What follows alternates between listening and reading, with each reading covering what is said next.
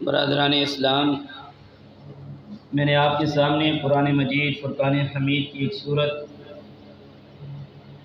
القدر کی تلاوت کی ہے۔ ماہ رمضان المبارک کا یہ تیسرا جمعہ آج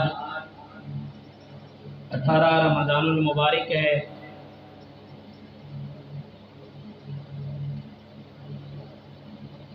آج ہمارے جمعۃ المبارک کا عنوان لیلۃ القدر اور اعتکاف، ان کی فضیلت اور ان کے مسائل، اس کے حوالے سے انشاءاللہ العزیز بیان ہوگا۔ میرے محترم دوستو، آدھے سے زائد رمضان المبارک گزر چکا ہے۔ 2 دن کے بعد آخری حشرہ شروع ہو جائے گا۔ اس حشرے کے اندر 2 بڑی اہم عبادتیں ہیں، ایک کو لیلۃ القدر کی عبادت اور ایک اعتکاف کی عبادت۔ اعتکاف کا جو مقصود ہے وہ لیلۃ القدر کی رات کو حاصل کرنا مقصود ہے۔ اللہ کے نبی صلی اللہ علیہ وآلہ وسلم نے فرمایا، جو شخص ایمان اور ثواب کی نیت سے اس رات کا قیام کرے گا، اللہ اس کے گناہوں کو معاف کر دے گا۔ حضرت انس بن مالک رضی اللہ تعالیٰ عنہ فرماتے ہیں کہ حضور نبی کریم صلی اللہ علیہ وآلہ وسلم نے فرمایا، تمہارے اوپر ایک مہینہ آ رہا ہے، اس رات، اس مہینے میں ایک رات ہے جس کی عبادت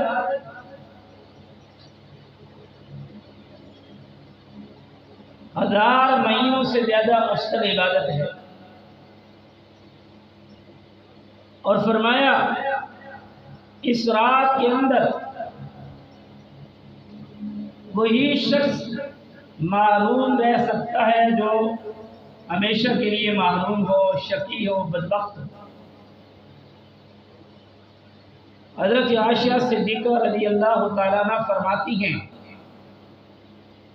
کہ جناب نبی کریم صلی اللہ علیہ وآلہ وسلم نے فرمایا، لیلۃ القدر کو رمضان المبارک کے آخری حشرے کے میں تلاش کرو۔ اللہ کے نبی صلی اللہ علیہ وآلہ وسلم اپنی امت کے کتنے شفیق تھے، کتنے مہربان تھے۔ فرمایا، حضرت عائشہ فرماتی ہیں کہ اللہ کے نبی صلی اللہ علیہ وآلہ وسلم نے فرمایا، اس کو آخری حشرے کی طاق راتوں میں اس کو تلاش کرو۔ 21، 23، 25، 27، 29، یہ 5 راتیں ہیں، ان میں اس کو تلاش کرو۔ ان میں سے کوئی ایک نہ ایک رات ہوگی جس رات تمہیں لیلۃ القدر مل جائے گی۔ جس آدمی کو لیلۃ القدر مل گئی، اس کی عبادت کا ثواب کئی ہزار گنا زیادہ ہے۔ جناب امام الانبیاء سرکار دو عالم صلی اللہ علیہ وآلہ وسلم صحابہ اکرام رضوان اللہ علیہم اجمعین کے سامنے دین محمدی کے جب فضائل بیان کرتے یا سابقہ امتوں کی خاصیات بیان کرتے تو صحابہ اکرام کو بڑا شوق و اشتیاق چڑھتا کہ ماشاءاللہ ان لوگوں کی کتنی عبادتیں تھیں۔ اس رات کے متعلق آتا ہے کہ یہ اللہ تبارک و تعالیٰ نے امت محمدیہ کو جو ایک رات دی ہے، اس کی وجہ کیا بنی؟ 2 شان نزول لکھے ہوئے ہیں کہ اس رات کے ملنے کے، کہ اللہ کے نبی صلی اللہ علیہ وآلہ وسلم نے 4 نبیوں کا تذکرہ کیا، حضرت یعقوب علیہ السلام، حضرت زکریا علیہ السلام، حضرت یوسف اور حضرت خضیر علیہ السلام کی عبادت کا، کہ انہوں نے 80 سال عبادت کی اور 80 سال کے عرصے کے اندر دن کو جہاد کر، رات کو جہاد کر، رات کو عبادت کرتے اور دن کے وقت جہاد کرتے۔ ایک دوسری روایت میں یہ ہے کہ اللہ کے نبی صلی اللہ علیہ وآلہ وسلم نے سابقہ امتوں کے کسی شخص کی عبادت کا تذکرہ کیا کہ جس نے 80 سال ایسے گزارے کہ دن کے وقت وہ روزہ رکھتا تھا، ہر وقت وصلے سے لیس ہوتا اور رات کو عبادت کرتا، حتیٰ کہ جب وہ سوتا بھی تھا تو اسلحہ اس کے ساتھ لگا ہوا ہوتا تھا۔ صحابہ اکرام رضوان اللہ علیہ مجمعین کو بڑا رشک آیا کہ اللہ کے نبی، وہ امتیں تو بڑی خوش قسمت تھی، ان کی عمریں اتنی زیادہ لمبی، ہماری تو عمر ہی کیا ہے، اور ہم تو ان بنی اسرائیلیوں کے یا پہلے انبیاء علیہ السلام کی عبادات کو کیسے پہنچ پائیں گے۔ نبی علیہ السلام صحابہ اکرام کے ساتھ یہی بات چیت کر رہے تھے، اللہ نے قرآن کریم جبریل امین کو دے کے بھیج دیا، فرمایا انا انزلناہ فی لیلۃ القدر، بے شک ہم نے اس قرآن کریم کو لیلۃ القدر میں نازل کیا۔ اس سے اندازہ لگایا جا سکتا ہے اللہ کی کتاب قرآن مجید کتنی عظمت والی کتاب، کتنی شان اور بلندی والی کتاب۔ اللہ کی رات میں اس قرآن کو نازل کرنے، اس کو لیلۃ القدر کہا گیا۔ اس سے سمجھ میں آتا ہے کہ لیلۃ القدر کی رات بڑی عبادت کی رات ہے۔ جس رات اللہ نے اپنے قرآن کو نازل کیا وہ رات بڑی عظمتوں والی رات ہے، اور جس چیز کی نسبت قرآن کے ساتھ ہوتی ہے اس کی شان بھی بڑھ جاتی ہے، اس کا مقام بھی بڑھ جاتا ہے۔ تو اس رات کا مقام اور مرتبہ اس وجہ سے بھی زیادہ ہے کہ اللہ نے اپنی کتاب قرآن مجید کو اس رات میں نازل کیا۔ اور آگے قرآن کیا کہتا ہے، وَمَا أَدْرَاكَ مَا لَيْلَةُ الْقَدْرِ، آپ کو کیا معلوم کہ لیلۃ القدر کی رات ہے کیا چیز، آپ کو کیا معلوم؟ آگے اللہ نے اس کی وجہ بھی بتائی، فرمایا لیلۃ القدر خیر من الف شہر، لیلۃ القدر کی رات 1000 مہینوں سے زیادہ افضل رات ہے۔ حدیث میں آتا ہے اللہ کے محبوب فرماتے ہیں میری امت کا جو شخص اس رات کی عبادت کر لے گا، اس رات کو پا لے گا، اس رات ساری رات عبادت کرنا مقصود نہیں ہے۔ عبادت کس چیز کا نام ہے؟ نماز پڑھ لی، ذکر کر لیا، تلاوت کر لی، نماز جماعت سے پڑھ لی، اللہ نے مال دیا ہوا ہے صدقہ خیرات کر لیا، اللہ کے سامنے اپنی پیشانی تھوڑی دیر کے لیے جھکا لی، اس کا نام عبادت ہے، یہ عبادت ہے۔ ہاں جو اللہ والے ہوتے ہیں وہ ساری رات اللہ کے سامنے سر جھکا کے، پیشانی جھکا کے روتے ہیں، نوافل پڑھتے ہیں، ذکر اذکار کرتے ہیں، تلاوت کرتے ہیں۔ یہ بہت بڑے درجے کی رات، یہ بڑے لوگوں کا۔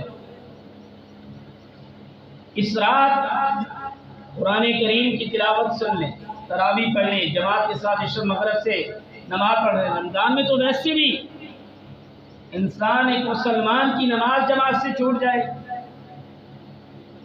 ساری رات کی عبادت اللہ کے نبی نے فرمایا اگر میرا امتی اس رات کی عبادت کر لے گا، اس رات کو پا لے گا، وہ جو بنی اسرائیلی 80 سال تک عبادت کرتا رہا ہے، اللہ کی ذات اس رات کی عبادت کی وجہ سے میرے اس امتی کو 80 سال کی عبادت سے زیادہ ثواب عطا فرمائے گا۔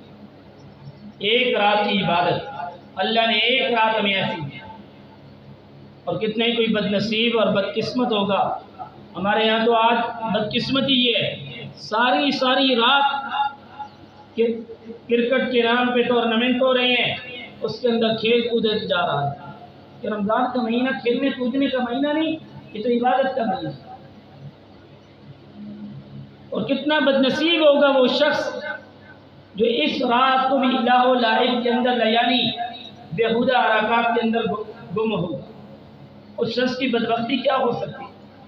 اللہ کے نبی اتنی فضیلت بیان کر رہے ہیں اس رات کی، فرمایا جو آدمی حالت ایمان کے اندر اس رات میں کھڑا ہو جاتا ہے اللہ اس کے گناہوں کو معاف کر دیتا ہے۔ اللہ تو معاف کرتے لیکن ہم اللہ سے معافی مانگنے کے لیے تیار نہیں ہیں۔ اور اس رات کی فضیلت قرآن کریم کے ایک ایک حرف سے واضح کی، فرمایا تنزل الملائکۃ والروح فیہا۔ اس رات کی خاصیت یہ ہے کہ اللہ تبارک و تعالیٰ کے جو فرشتے ہیں وہ اس رات میں زمین پر اترتے ہیں۔ کہ کون سے فرشتے ہیں؟ یہ وہ فرشتے ہیں، بعض کہتے ہیں جبریل امین اپنی پوری ٹیم کے ساتھ آتے ہیں، یہ روح جبریل امین، اور بعض کہتے ہیں یہ وہ فرشتے ہیں جن کے سامنے اللہ تبارک و تعالیٰ نے کہا تھا کہ میں دنیا میں اپنا ایک نائب پیدا کرنا چاہتا ہوں، تو انہوں نے اعتراض کر دیا تھا، کہا کہ یا اللہ اس انسان کو پیدا کر رہے ہو جس کے اندر خون خرابہ اور شرارت ہے، آپ اس کو پیدا کر رہے ہو۔ تو اللہ ان کو کہتے ہیں جاؤ زمین کے اندر جس انسان کو میں نے اپنا نائب پیدا کرنا تھا دیکھ لو وہ کیا کر رہا ہے۔ وہ فرشتے آ کے دیکھتے ہیں، اتنی ببرکت اتنی عظمت والی رات کہ اللہ ان فرشتوں کو جبریل امین کی قیادت میں زمین پہ بھیجتے ہیں، اور پھر اللہ کی ذات فخر فرماتے ہیں کہ یہ ہے میرا وہ پیدا کرنے کا مقصد، دیکھ لو ان لوگوں نے مجھے دیکھا نہیں ہے لیکن پھر بھی میری عبادت کرنا ہے، ان کو پتہ ہے ہمارا خالق مالک رازق اللہ کی ذات ہے۔ اور اس کے بعد فرمایا حتی مطلع الفجر، یہ جو رات ہے یہ طلوع فجر تک باقی رہتی ہے، اس کے بعد یہ ختم ہو جاتی ہے طلوع فجر تک۔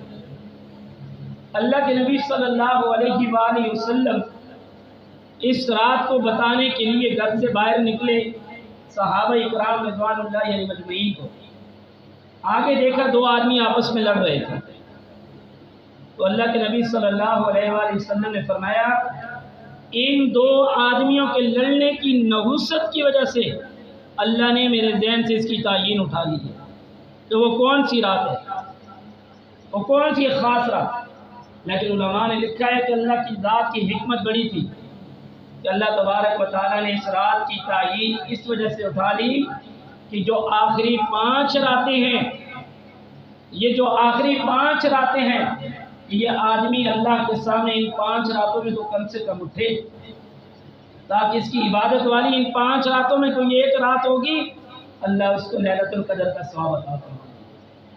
کوئی ایسا نہ ہو کہ کوئی کسی گناہ میں مبتلا ہو جائے اور اس کو پتہ چل جائے کہ میں نے اس رات میں یہ گناہ کر دیا۔ اس لیے اللہ کی ذات نے انسانوں کے اوپر مسلمانوں پہ رحم کرتے ہوئے اس رات کی تعین کو اٹھا دیا۔ جھگڑا اتنی نحوست والی چیز ہے کہ جتنی بڑی برکت اور عظمت والی رات اللہ نے اس کی تعین کو اٹھا دیا۔ اور اسی ماہ مبارکہ کے اندر، اسی آخری عشرے کے اندر اعتکاف کی عبادت ہوتی ہے، اور اس اعتکاف کا مقصد اس لیلۃ القدر کو حاصل کرنا ہے۔ المعتکف یعتکف الذنوب، اعتکاف انسان کے گناہوں کو مٹا دیتا ہے، گناہوں کو ختم کر دیتا ہے۔ جو آدمی اعتکاف بیٹھتا ہے اللہ پاک کی ذات خود بخود اس کو اعتکاف کی لیلۃ القدر عطا فرما دیتے ہیں۔ اس کا اٹھنا بیٹھنا چلنا پھرنا وہ مسجد میں ہوتا ہے، اس وجہ سے اللہ تبارک و تعالیٰ کی ذات اس کو یہ رات عطا کر دیتے ہیں۔ اور اعتکاف کتنی بڑی عبادت ہے، کتنی بڑی عبادت ہے۔ اللہ کے نبی صلی اللہ علیہ وآلہ وسلم نے فرمایا جو آدمی ایک دن کا اعتکاف کرتا ہے، ایک دن کا اعتکاف کرتا ہے اللہ کی ذات اس کو 3 خندقیں جہنم سے دور کر دیتے ہیں۔ فرمایا ایک خندق کا فاصلہ زمین سے لے کر آسمان تک، ایک خندق کا فاصلہ زمین سے آسمان تک ہے۔ اور جو آدمی 10 دن کا اعتکاف کرتا ہے اللہ اس کو 30 خندقیں جہنم سے دور فرما دیتے ہیں۔ اور اس رات کا مقصد، اس اعتکاف کا مقصد انسان کو لیلۃ القدر کی رات اللہ تبارک و تعالیٰ عطا کر دیتے ہیں۔ اور اعتکاف کی فضیلت اتنی کہ اللہ اس کو جہنم سے اتنا دور کر دیتے ہیں، اس کے گناہوں کو مٹا دیتے ہیں۔ یہ شخص ان لوگوں کے برابر اللہ اس کو ثواب عطا فرماتے ہیں۔ ایک آدمی کسی مریض کی عیادت کے لیے گیا، جتنا ثواب اس کو ملا، ایک آدمی کسی جنازے میں شریک ہوا، جتنا ثواب اس کو ملا، یہ آدمی جو مسجد میں اعتکاف کر رہا ہے اللہ کی ذات اس آدمی کو بغیر وہ کام کیے ہوئے اتنا ہی ثواب عطا فرما رہی ہے۔ اور فرشتوں کا ماحول، مسجد کا ماحول فرشتوں کا ماحول ہوتا ہے۔ اللہ اس آدمی کو فرشتوں کے ماحول میں رکھتے ہیں، جہاں پہ فرشتے اترتے ہیں۔ پوری مسجد میں، پوری آبادی میں ایک شخص کا مسجد میں بیٹھنا اعتکاف یہ ضروری ہے۔ اگر کوئی شخص ایک بیٹھ گیا تو پورے علاقے کی طرف سے، پوری بستی کی طرف سے وہاں پر ان لوگوں کی طرف سے ادا ہو جائے۔ اگر مسجد میں کوئی ایک آدمی اعتکاف نہیں بیٹھا تو پوری بستی، پورے محلے والے اس کے گناہ گار ہوں گے اور عذاب کے مستحق ہوں گے۔ اللہ کا عذاب اس بستی پہ آئے۔ اور اعتکاف جتنی بڑی عبادت ہے، جتنا اس پہ اللہ نے ثواب رکھا ہے اتنی یہ نازک بھی ہے۔ اعتکاف کے دوران فضول باتیں کرنا، مسجد سے بغیر کسی ضرورت کے باہر نکلنا، اس سے بھی اعتکاف جو ہے وہ ٹوٹ جاتا ہے۔ اعتکاف بیٹھنے کا مقصد لیلۃ القدر کی رات کی عبادت اور اپنے اللہ کی ذات کو پہچاننا بھی ہے اور اللہ کی ذات کے ساتھ اپنا تعلق مضبوط کرنا ہے۔ اعتکاف کا یہ مقصد نہیں ہے کہ اعتکاف بیٹھ کے اب رات کے وقت موبائل کا چارج میں پکڑا ہوا ہے، ساری رات موبائل کے اندر لگے ہوئے ہیں، گھر میں بھی ٹیلی فون ہو رہے ہیں۔ مسجد کے اندر اس طرح کا اعتکاف بیٹھنے سے اعتکاف ٹوٹ جاتا ہے، وہ اعتکاف نہیں ہوتا۔ بے امر مجبوری لکھا ہوا ہے۔ اگر کسی شخص کے گھر سے کوئی کھانا لانے والا نہیں ہے تو وہ گھر والوں کو ٹائم بتا دے، میں اس ٹائم پہ گھر کے پاس آؤں گا، وہاں سے کھانا اٹھا کے مسجد میں لے کر آ جائے اور پھر شام کے وقت جائے، افطاری اپنی لے کے آ جائے اور افطاری بھی مسجد میں کرے، بغیر ضرورت کے مسجد سے باہر یہاں پہ آگے جا کے دیکھنے کے لیے کھڑا ہو گیا، بغیر ضرورت کے۔ ضرورت کیا ہے؟ آپ کی صرف اور صرف ضرورت تقاضا ہے، جو بشری تقاضا ہے وضو بنانا، یہ ایک آپ کا تقاضا ہے۔ اس کے علاوہ کوئی آدمی اعتکاف بیٹھتے ہوئے یہ کہے کہ میں سگریٹ پینے کے لیے باہر نکل جاؤں گا، میں نشے کا عادی ہوں، میں اس کے بغیر نہیں رہ سکتا، اس سے اعتکاف ٹوٹ جائے گا، اس سے اعتکاف نہیں رہتا۔ اور اسی طریقے پر ٹھنڈ کے لیے غسل کرنا، گرمی ہے تو اس کے لیے میں غسل کر رہا ہوں یا میرے جسم سے بدبو آ رہی ہے، وہ بھی شرعاً جائز نہیں ہے۔ اس کی وجہ علماء نے لکھی ہے کہ اس کی وجہ یہ ہے اللہ آپ کو پسینے کی حالت میں آپ سے جو بدبو آ رہی ہے، اللہ کو یہ مجھ سے زیادہ جو ہے یہ زیادہ پسندیدہ ہے، اللہ آپ کو اسی حالت میں دیکھنا چاہتے ہیں، اس لیے بغیر ضرورت کے باہر جانا یہ جائز نہیں ہے۔ اور پورے محلے میں سے، پوری بستی میں سے ایک شخص کا اعتکاف بیٹھنا یہ ضروری بھی ہے۔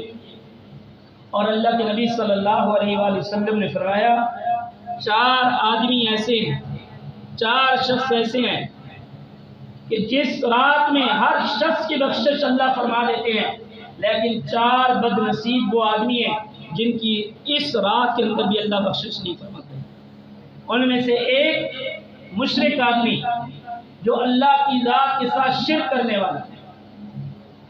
قرآن اور حدیث کا آپ مطالعہ کریں، اس کو پڑھیں، جتنی سخت اللہ کی ذات کو نفرت اور جتنا اللہ کا غصہ اور غضب مشرک آدمی پر ہے اتنا کسی اور پہ نہیں ہوتا۔ اللہ کی ذات کو شرک کرنے والا شخص کو پسند نہیں ہے۔ قرآن نے ان الشرک لظلم عظیم ان اللہ لا یغفر ان یشرک بہ ویغفر ما دون ذلک لمن یشاء، ہو سکتا ہے کہ آدمی قاتل ہے، چور ہے، ڈاکو ہے، زانی ہے، شرابی ہے، اس کو اللہ کی ذات ہو سکتا ہے معاف کر دے۔ قرآن کہتا ہے شرک کرنے والے کو اللہ کی ذات معاف نہیں کرتی، اللہ کی ذات شرک کرنے والے کو معاف نہیں کرتے۔ ایسا شخص جو شرک کا عقیدہ کرنے والا ہو اللہ کی ذات میں یا اللہ کی صفات میں، اللہ اس رات کے اندر اس کی بھی بخشش نہیں فرماتا۔ اور دوسرا وہ آدمی جو کینہ پرور ہو، جس کے دل کے اندر دوسروں کے بارے میں بغض ہو، عداوت ہو، ان کے بارے میں منافقت ہو، ان کو نقصان دینے والا آدمی ہو، دوسروں کو آپس میں لڑانے والا آدمی ہو، ایک دوسروں کی چغلیاں لگانے والا ہو، دل میں نفرتیں ڈالنے والا ہو، اللہ کے نبی صلی اللہ علیہ وآلہ وسلم نے فرمایا ایسے شخص کی بھی بخشش نہیں ہوتی۔ آج ہمارے دلوں میں کینہ، بغض، حسد، عداوتیں کوٹ کوٹ کے بھری ہوئی ہیں۔ اور تیسرا وہ شخص جو شراب کا عادی ہو، شرابی آدمی، اللہ کے نبی نے فرمایا ام الخبائث، تمام خباثتوں کی، تمام بے حیائیوں کی، تمام فتنے فساد کی جڑ یہ شراب ہے۔ فرمایا اللہ اس رات میں اس شخص کی بھی بخشش اور مغفرت نہیں فرماتے۔ اور چوتھا وہ شخص جو اپنے والدین کا نافرمان ہو، اللہ اس کی بھی بخشش اور مغفرت نہیں فرماتے۔ والدین کا مقام اور مرتبہ اللہ کے ہاں بہت بڑا۔ 15ویں پارے کے اندر اللہ نے جو الفاظ استعمال کیے فرمایا اف ولا تنہرہما، اپنے والدین کے سامنے اف بھی نہیں کرنا ہے۔ اللہ سے دعا ہے کہ اللہ تبارک و تعالیٰ کی ذات ہمیں یہ جو باقی ماندہ رمضان المبارک کے دن ہیں اور بالخصوص جو لیلۃ القدر کی رات ہے اس کو پانے کی اور صحیح طریقے پر باقی رمضان المبارک گزارنے کی توفیق عطا فرمائے۔ وآخر دعوانا الحمدللہ رب العالمین۔